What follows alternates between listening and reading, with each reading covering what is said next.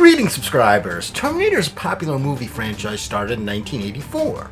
Although I love the first movie, when I discuss it with other fans, it seems as if we've seen two different movies. So today, I'd like to explain what the Terminator movies are in my eyes. Before I get started, first let me warn you there will likely be spoilers, and if you haven't seen the movies, you also won't be able to follow anything I'm talking about. Nevertheless, I'll get started. In the first movie, there's a scene of Kyle Reese looking at a still photo of Sarah. Later, he explains to her that as he looked at that photo, he wondered what she was thinking while it was taken, and that caused him to fall in love with her. In love to the point where he'd leave everyone and everything he knew just to be able to meet her. Then at the very end, there's a scene when Sarah's leaving audio-recorded diaries for her future son, and she mentions how in the few hours she spent with Kyle, they had a lifetime's worth of love. And then a boy takes a picture of her, and that's the picture Kyle later has. So then we viewers understand what happened. Kyle was looking at a photo of Sarah, thinking about how madly in love she was with him, and seeing those emotions on her face caused Kyle to fall in love with her. And if you missed that, then to me, you missed what made the first movie a good movie. And if you ask me one thing I interpret this to mean, I'd say it means we as human beings are deeper than we realize, and this example helps show the contrast between human beings and machines. There's a theme of this throughout the movie. For example, there's a scene when we hear the greetings in Sarah's answering machine and it says, "Hi, I fooled you, you're talking to a machine, but machines need love too, so talk to it." But no, machines don't need love, we as humans do. On a separate note, I think the story here offers a different theory on time traveling, very different than what we see in the Back to the Future movies or almost any other time traveling movie.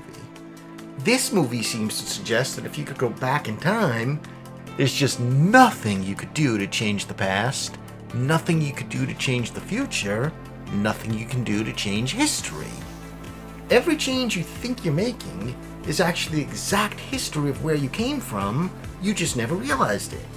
Kyle Reese thought he was changing history by coming back in time, but then it turns out this was always the history of where he came from.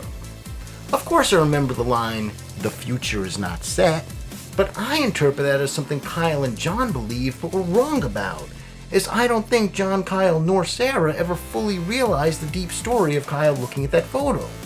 Only we viewers know. 1991's Terminator 2 Judgment Day had unusually exciting action and groundbreaking effects, but I don't think the story is a good follow-up to the first movie. A lot of what we see in the sequel contradicts what we saw in the first movie. One example of that is in the whole idea that you can change the future. This movie ends with the team changing the future so there will be no Terminators. If that could be done, shouldn't that also erase John Connor from existence? Think about it. Kyle Reese came from that future of the war, went back in time and conceived John with Sarah. But if there is no war in the future, then Kyle would have never come back in time, John would have never been conceived, hence he should be erased from existence. Here's another truth about a flaw in Terminator 2 that a lot of fans don't want to hear. But when you think about the story, it's absolutely ridiculous that any Terminator in this movie could look like Arnold Schwarzenegger. Every Terminator disguised in human skin should look different. If you look back at the first movie, they explain the reason some Terminators wear human skin, to make them unrecognizable as machines and fool people into thinking these machines are people. For example, we see a scene set in the future where another human-looking Terminator breaks into a resistance base, and he looks completely different than Schwarzenegger. Also, Kyle explains to Sarah that he had no way of recognizing the Terminator, he just had to follow her around from a distance, wait until someone attacked her, and that's when he'd know the attacker must be a Terminator underneath. Also note that means a scene in 2015's Terminator Genesis really made no sense when Kyle sees Schwarzenegger's face and recognizes him as a Terminator and freaks out. This really contradicts the story of the first movie. I realize Arnold Schwarzenegger is a big name that brings money to the box office, but in terms of story, he really should not have been in any Terminator movie past the first one. Actually, if you think about it, the truth is there should have never been any sequel.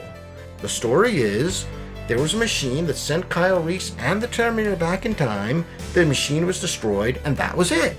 Nobody else could ever come back in time, and none of the time travelers could ever return home. But then Terminator 2 created this idea that you could just keep endlessly sending back more Terminators to make more sequels. Hence 2003's Terminator 3 Rise of the Machines and 2015's Terminator Genesis. Actually, 2009's Terminator Salvation was the only sequel that offered a different idea rather than just finding another way to tell the same story. It was about living in the future during the war, and it didn't have Arnold Schwarzenegger. At least he wasn't in it much. Unfortunately, I just thought the movie had a weak story and weak characters, therefore I did not feel much of a connection to this movie. Now, I know this coming November there will be another sequel called Terminator Dark Fate. So far I've only seen one teaser, and based on what I see, it appears they're just going to be telling the same story again. Maybe I'm wrong, time will tell. Now, I could probably go on another 5 hours talking about why I think the first Terminator movie had such a great story and why its sequels don't work well as follow-ups. But for right now, I just want to stop talking, publish the video, and read viewers' comments. If there's enough interest, I'll be happy to make another video on this subject, or if you enlighten me on something I'm not seeing and change my view, I'll be happy to make another video acknowledging that. So whatever you're thinking, please just leave it in the comments below. And if you've enjoyed this video and you'd like to see more of my videos, then please feel free to hit that subscribe button. I would love to have you. Thank you.